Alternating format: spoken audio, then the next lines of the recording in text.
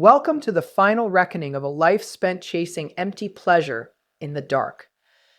You're here because you've seen the aftermath. You watched the narcissist float through their youth like a velvet-wrapped hunter, consuming people and tossing them aside as if beauty and desire would last forever. You saw them turn sexuality into a bargaining chip, buying devotion with lust and paying for attention with betrayal.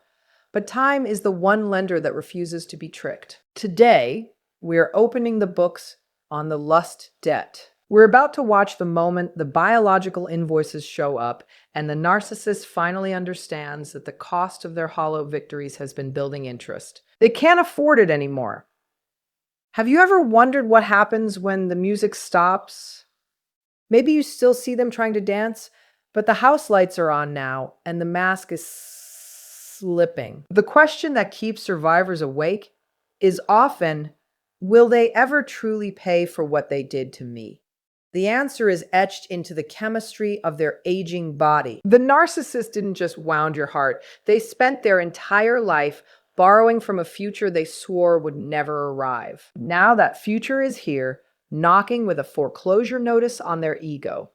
The party is over, and the silence afterward is unbearable. Picture a man or woman who once believed they were untouchable because they could command desire on demand. They built an empire on the shaky ground of physical attraction, never realizing that sand eventually slips through every hand. For years, they treated people like disposable batteries, draining them completely and then swapping them out for something newer and shinier. But as the narcissist ages, the replacements stop responding. The hunter roams familiar territory only to discover they're invisible to the very crowd they once ruled.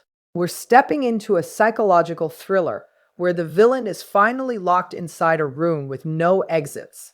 This isn't about revenge. It's about the basic law of cause and effect. The narcissist used lust to dodge intimacy. Now, intimacy is the only thing that could pull them out of the void, and they no longer know how to feel it. They stand at the edge of a spiritual cliff, realizing that every one night stand was another brick in the walls of their own prison. They aren't just growing older. They're becoming spiritually bankrupt in a world that no longer accepts their fake currency.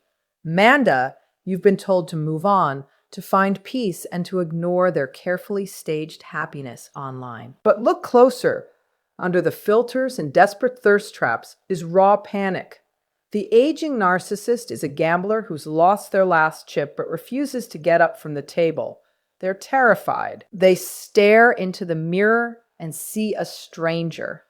They don't know how to love because they spent decades loving only the reflection of other people's desire. Without that reflection, there is nothing left. The lust debt presses down like a psychological anvil, slowly crushing their ability to breathe. Blend. Their greatest weapon was always making you feel like you were the one missing out. They convinced you that you were too much or never enough while they chased the next dopamine hit. But lust is a drug with a brutal crash. Each high demanded a stronger dose, and now the high is gone. They're in a biological withdrawal that no surgery or frantic hoovering can fix. They're addicts for validation in a city that's run dry, and the withdrawal is tearing their mind apart. This is the hidden truth survivors need in order to heal. You were never the problem. You were the collateral. They weren't choosing others over you. They were running from the collectors of their own soul, escaping the truth of their inner emptiness. Now, as their strength fades and their looks decline, that truth has caught up. They're forced to face the reality that they traded depth for illusion, and the illusions are fading into darkness. My Linda. In the chapters ahead, we'll pull apart the grotesque decay of the narcissist's final stage. We'll look at why intimacy becomes humiliating, why their social world shrinks to the size of a coffin, and why the ultimate cost of lust is unbearable isolation. This is a psychological collapse. You are no longer the victim. You are the witness to a masterclass in self-destruction. The narcissist thought they were designing their destiny, but they were building their own hell. Don't look away yet. You need to see how this story ends. You need to know that the person who tried to break you is now being dismantled by time itself. This is the truth that gives you your power back. They didn't win. They just postponed the bill. And the interest has been stacking up every second you've been free. The lust debt isn't just a metaphor. It's a neurological and spiritual reality that guarantees the narcissist reaches the end of the road in total, trembling insolvency. Get ready for an unflinching breakdown. We're moving past surface-level advice and diving straight into the machinery of the aging ego. We'll uncover what the narcissist really thinks about themselves when the lights are off and the phone stays silent. By the end, you'll see that no contact wasn't just self-protection. It was the moment you refused to keep paying a debt that was never yours. Let's start breaking down the final cost. To grasp the lust debt, we have to begin with the neurochemistry of sensation seeking. In a healthy brain, intimacy is guided by oxytocin, the bonding chemical that builds safety and long-term connection. The narcissist's brain, though, runs on a dopamine overload.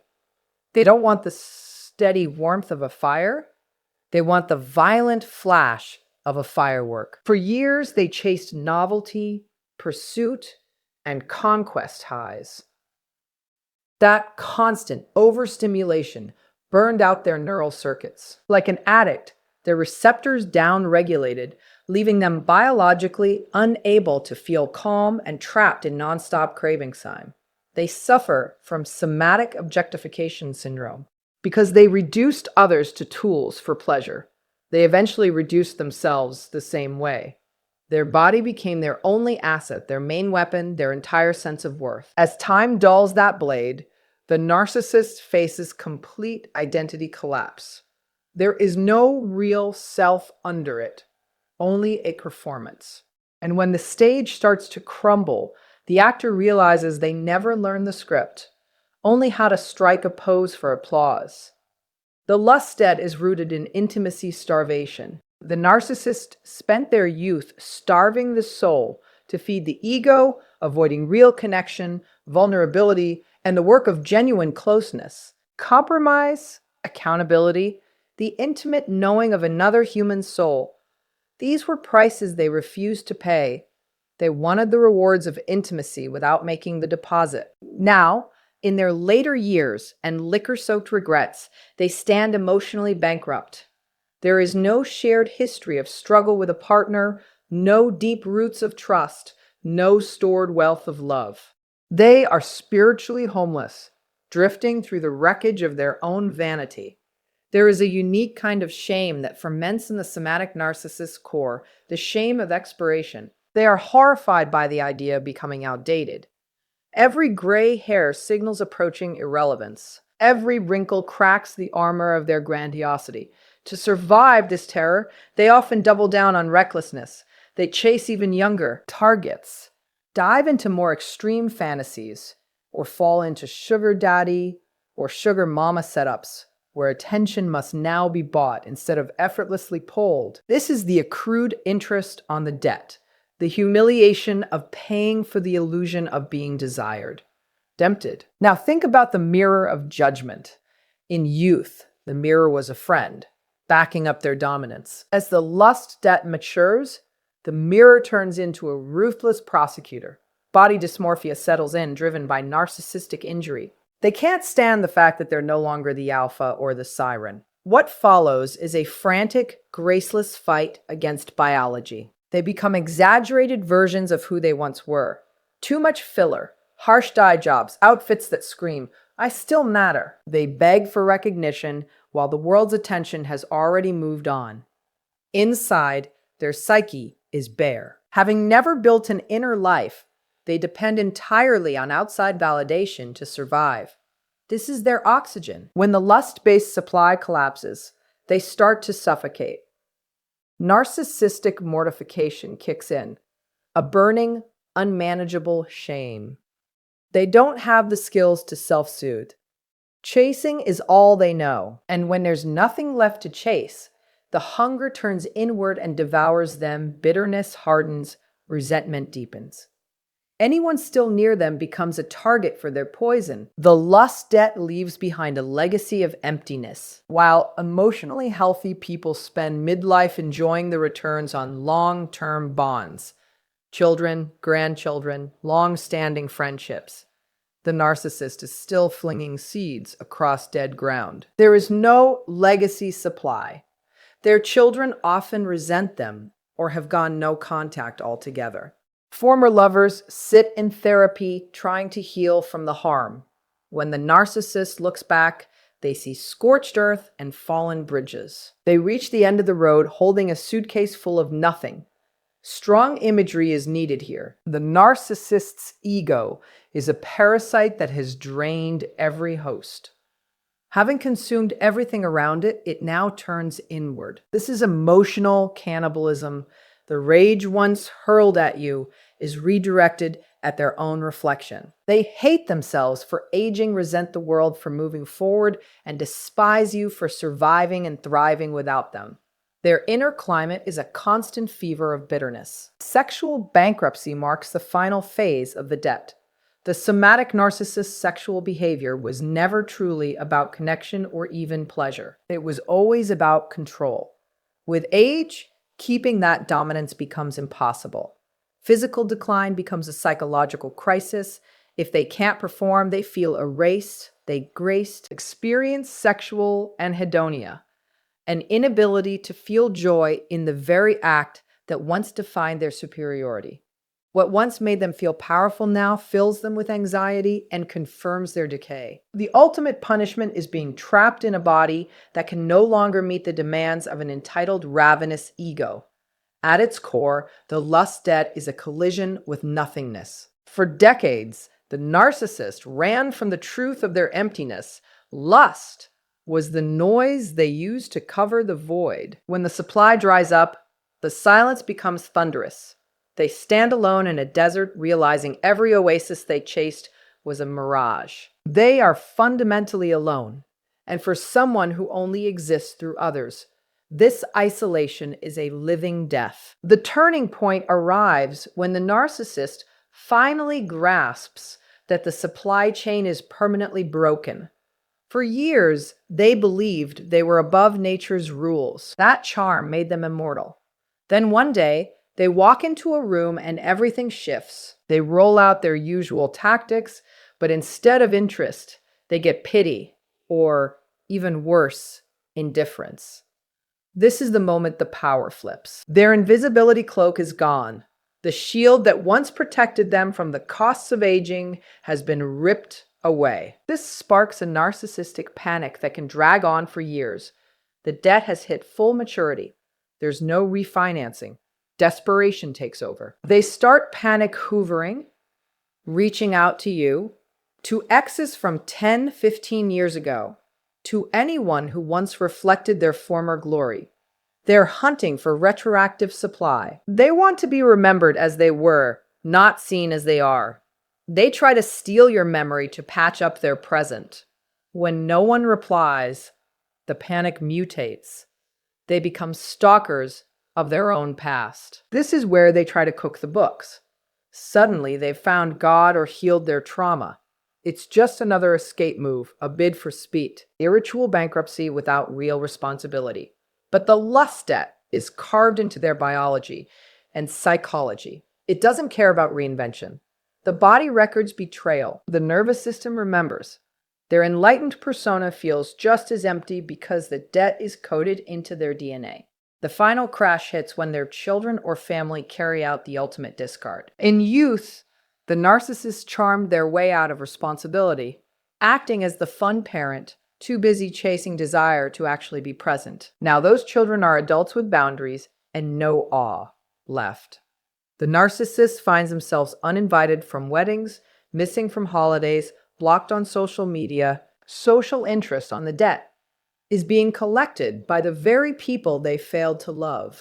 Faced with this loss of control, the narcissist responds with malignant pettiness, rage, spite, and helpless fury at a world that won't bend anymore.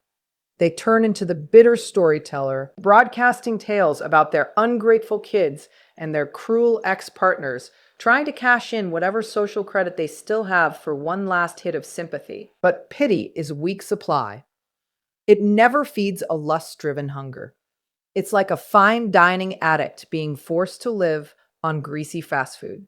The downgrade stings nonstop. This is the price of every moment they chose desire over responsibility. Here's the psychological twist meant for you, the survivor. You eventually see that their so-called freedom was a carefully disguised trap. While you were doing the discipline of healing, learning self-respect, wholeness, and emotional strength, the narcissist was on a reckless spending spree, draining every inner asset they had. Now you hold the wealth of resilience, and they are left with the poverty of obsession. They are the one watching your social media now, staring at your piece, confused by how you turned the pain they caused into growth. The narcissist's sexual life collapses into dark comedy. To stop the lust debt from crushing them outright, they slip into behaviors that are more and more embarrassing. They may jump into a midlife relationship that makes everyone around them uneasy, trying to siphon youth from their partner into their failing ego. But that partner is often another predator or a wounded person hunting for money or status. It's no longer romance, it's a deal. The narcissist knows this, and losing the illusion wrecks their identity. They begin experiencing phantom supply. Alone, they reread old texts, revisit past trophies, and scroll through conversations from years ago. They're chasing the echo of a high that doesn't exist anymore. This is psychological foreclosure. They live in a house made entirely of memories because the present is unaffordable. They hoard the past because the future looks empty. The breaking point comes when they realize the past is sealed and they no longer control the narrative. Amphibiological justice steps in. Their physical health starts to mirror the rot inside. Stress disorders, chronic pain, and the fallout from decades of surface-level living show up in the body. Charm doesn't work on lab results. They become dependent on systems they once mocked. They have to ask for help. And for a narcissist, meeting others is humiliation. They understand too late that they spent their lust instead of growing care. Now there's no one to sit beside them in cold waiting rooms. This chapter ends with their final slide into bitterness. They accept that the debt cannot be dodged. They stop pretending to be charming and turn openly hostile. They become the resentful elder who hates youth, joy, and life itself. They have defaulted on existence. The long, slow drama reaches its peak, showing the narcissist as small, scared, and complete. Ellie insolvent. The bill has come due, blimp. The collapse isn't sudden. It's a slow implosion. The aging narcissist enters social liquidation. Friends who were never real friends, only enablers or party buddies, quietly disappear. No one wants to stand under the shadow of a rotting ego. Invitations stop. Silence grows. They're left in a total supply vacuum. The true cost of lust is revealed as absolute quiet. They sit alone, staring at a phone that hasn't lit up in days, realizing they're no longer relevant in the game of life. The bodily fallout of the lust debt shows up as a specific kind of somatic suffering. Their body becomes a record of betrayal. Surgeries meant to erase age instead create something eerie and artificial. They don't look younger. They look altered, distorted, unfinished. This is the physical interest on the debt. In chasing perfection, they destroyed authenticity. The mirror shows a grotesque mask shaped by vanity. They are a gallery of regret wrapped in skin. The panic shifts into a psychological haunting. Ghosts of former supply show up everywhere. They remember your face, not with warmth, but with envy. You got out, you healed. Desperation pushes them to stalk your online life, hunting frantically for proof that your happiness is fake. They want a crack they can point to. When they see you thriving, it hits like psychic whiplash. They finally feel the true price of lust, losing the one person who once saw them as human. Financial collapse often follows. They burned through money chasing relevance. Cars, clothes, trips, and attention bought to protect an image. Now they face aging with no safety net. Money trouble strips them of their grandeur. They are forced into an ordinary life, and for a narcissist, being ordinary feels like annihilation. Every dollar once spent on lust now demands repayment in constant insecurity. Social exile becomes permanent. As the mask completely crumbles, their true nature shows. They no longer have the energy to love, bomb new groups.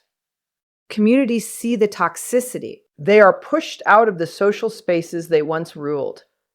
They become outcasts, left to trade supply only with other damaged people or opportunistic users. Their reputation becomes a closed account. No one invests in them anymore. Then comes the bedroom collapse. The space where they once felt invincible turns into a room of dread. Desire fades or disappears. Psychological impotence sets in. Lust, once a shield against feeling, turns into disgust. They pull away from themselves and their partners. The act gives them nothing. They are sexually numb. For a somatic narcissist, this is total mutilation. They're stuck in a celibate purgatory they'd built themselves, haunted by memories of sensation. Emotional dementia follows. They lose the ability to convincingly fake human feeling. The empathy mask falls apart. Cruelty becomes blatant. Malice is no longer hidden. This sparks a second collapse. The last few people who stayed out of duty finally leave. The narcissist enters a spiritual vacuum where even pretending is impossible. They drift through their remaining years as social ghosts, cut off from the emotional bloodstream of humanity. They are a discarded object. They are the forgotten toy no one reaches for anymore. They spent decades turning people into objects, and now life reflects that choice right back. They're seen as the aging figure in the corner, ignored, irrelevant. Their opinions don't matter. Their charm fails. Their sexual interest is seen as creepy instead of attractive. This is the final degradation, being treated with the same cold detachment they once used to hurt others. They beg for recognition in a world that has already moved on. What they feel now is the final form of isolation, not just being alone, but being unknown. No one truly knows them because they never let anyone in. They approach the end of life as strangers to their own existence. They stare at trophies, photos, and possessions and see that these things are lifeless and silent. There are no warm memories sitting beside them. The cost of lust is a frozen soul with no thaw coming. They are locked inside their vanity, waiting for a rescue that will never arrive. The result is total identity erasure. Near the end, the narcissist finally sees that the false self was a Ponzi scheme. They borrowed identity from lovers, admirers, and conquests. When the supply disappeared, the identity crashed. They face the mirror and see emptiness. A blank page at the end of the book. The lust debt is paid in full, and the final payment was being erased from the hearts of everyone they ever touched. Here is the truth that hits hardest. You were never the victim of their lust. You were the bank they tried to rob. They didn't choose others over you. They defaulted on the loan of your love. They ran because they couldn't afford the interest of authenticity. Now you are free from the toxic debt of that bond. And while the narcissist is bankrupt, you are investing in your healing. Their payment is your growth. You are rich in wisdom. They are starved in desire. This is emotional closure. You see that no contact was not abandonment. It was a smart withdrawal of capital by leaving you foreclosed on their control. You took back your energy, your light, your future.